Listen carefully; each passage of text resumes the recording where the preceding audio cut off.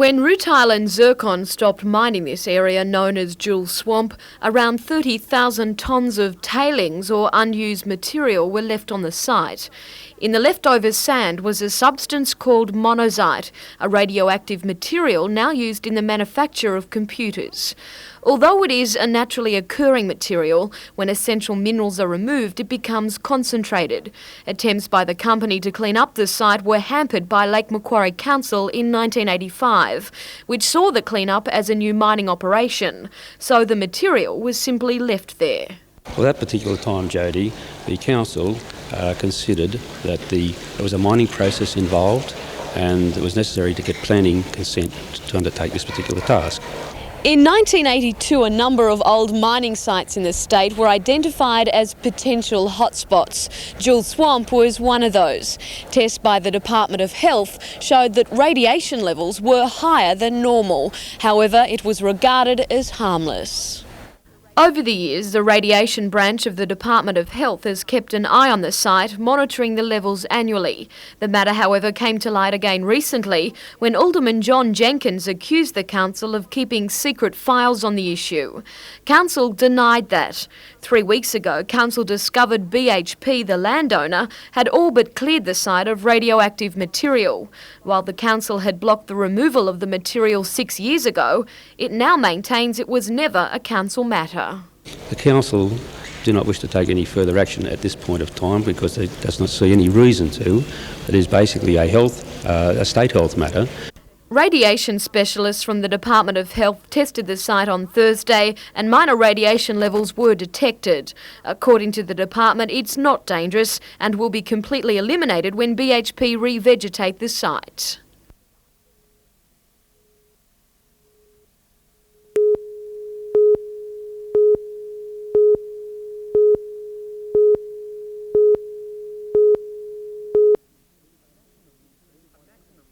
A maximum wind speed of 102 kilometres an hour was recorded at the Nobby signal station at 1:30 this afternoon. It was slightly stronger than the 100 kilometre an hour gusts that rattled the city early this morning as a cold front moved through from the southwest. Apart from those woken by the blow, the first to see its effects were builders arriving at their work sites. In Lambton, a concrete block wall had collapsed around the framework of a house under construction. A wind gust also demolished new second-storey extensions of the Catherine Hill Bay Surf Club. Bushfires rimmed the Lower Hunter late today, with Cessnock firefighters battling outbreaks they say had been deliberately lit. At Bellbird, flames were fanned on 3 fronts by unpredictable wind gusts. Backburning fires were set to protect nearby houses. The NBN helicopter allowed firefighters an overview of hotspots burning in disused mining company land. A bulldozer was later called to push a track through for brigades to reach one isolated pocket. Coastal patrol stations at Port Stephens and Swansea reported little traffic and choppy conditions. The wind played havoc with moored vessels on Lake Macquarie, with one yacht swamped at Belmont this afternoon.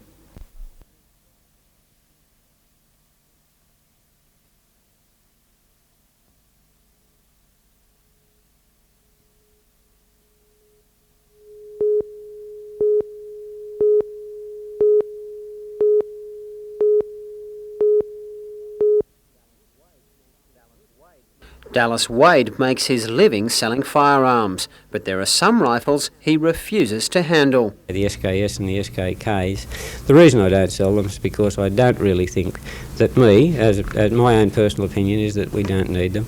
They're really not designed to be a sporting firearm. The SKK semi-automatic used by Strathfield killer Wade Frankham was a Chinese-designed assault rifle built specifically for military use. Now superseded, they are dumped on willing markets like Australia, where they can be bought for as little as $100. They came in sort of a sporterised form and they were $360 or so. Then somebody decided to bring them in ex-military form at $99, and that's when I think they became a real bad problem. And now there could be 40,000 out there in New South Wales. The last time a New South Wales government tried to tamper with gun laws, there was an enormous electoral backlash, especially in places like Cessnock. Royce Johnson has been a member of the Cessnock Rifle Club for 35 years. He's passionate about his sport, but admits the assault rifles would not be missed by the vast majority of shooters. Well, I can't see any purpose for military assault rifles in the general use for shooting sportsmen. Whilst it's been legal to import it, I really think that we should have taken a much stronger look at it and had a bit of foresight and responsibility in the types of firearms that we have been importing over this last couple of years. The government has placed a temporary ban on the sale of military-style assault weapons, but it is still legal to own and use them. Bruce Mackenzie, NBN News.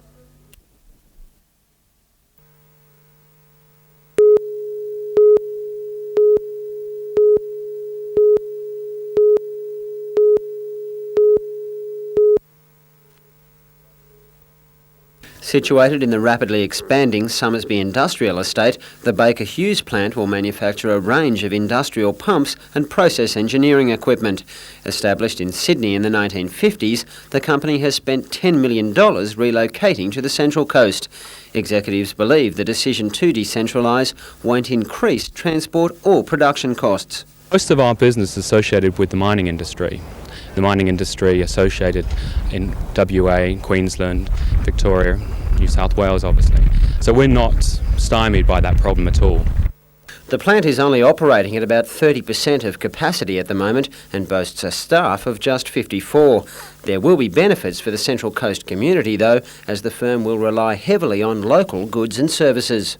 We now have a need to manufacture, or have manufactured for us, somewhere between $3 and $4 million worth of manufactured goods. And we estimate that that could generate anywhere between 50 to 100 jobs. The plant was inspected and officially opened by Premier Nick Greiner, who paid tribute to the firm's decision to relocate.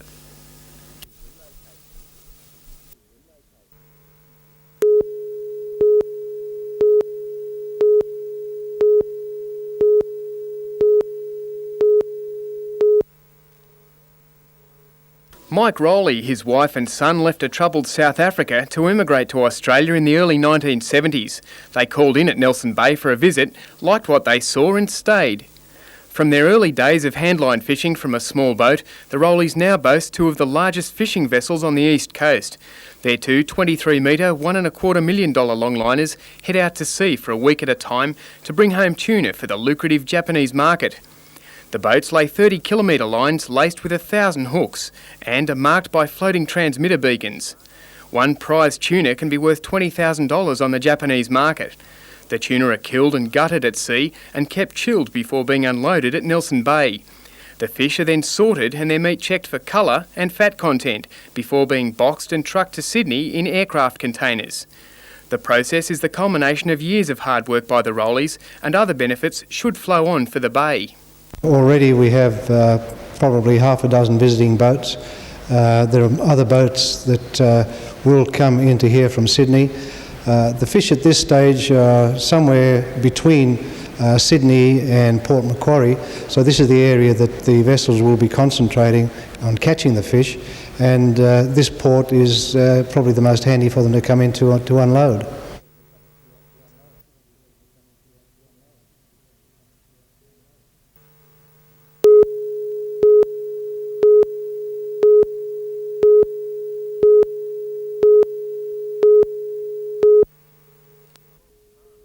The property at Bob's Farm had fallen to the prickly process of receivership, and the plants inside its $2.5 million glass houses were being engulfed by weeds.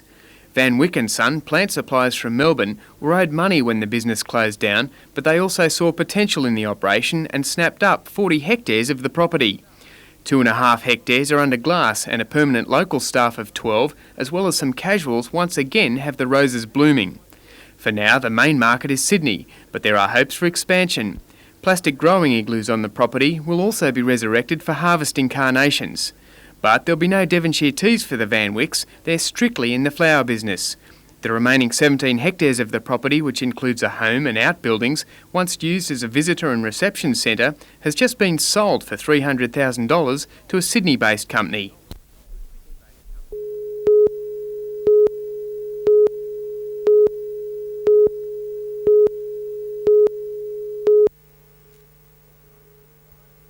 Organisers were delighted with the standard of bowls this week, with the trophies being shared around the district clubs. Harold Johnston's team won the inaugural Classic Triples, defeating Alan Winship of the host club 23-18.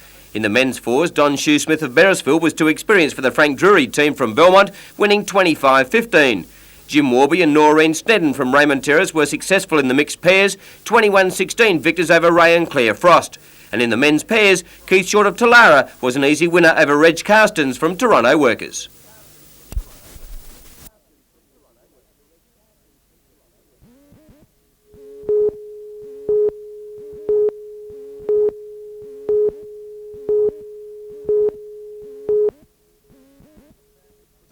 The Beaver family could do little this morning but rummaged through the ruins of what was their $140,000 home. The two-storey timber house was unoccupied when it was reported alight just after 9:30 last night. By the time 2 units from the Madawi Bushfire Brigade arrived, the house was engulfed in flames. Being a two-storey or semi-two-storey house and all wood construction, it burned very, very readily, and the flames were visible for quite some distance away. The fire took 3/4 of an hour to control. Peter Beaver said his house, which he'd built himself over 4 years, was insured. Fire officers and the police scientific squad were at the scene trying to determine the cause of the blaze.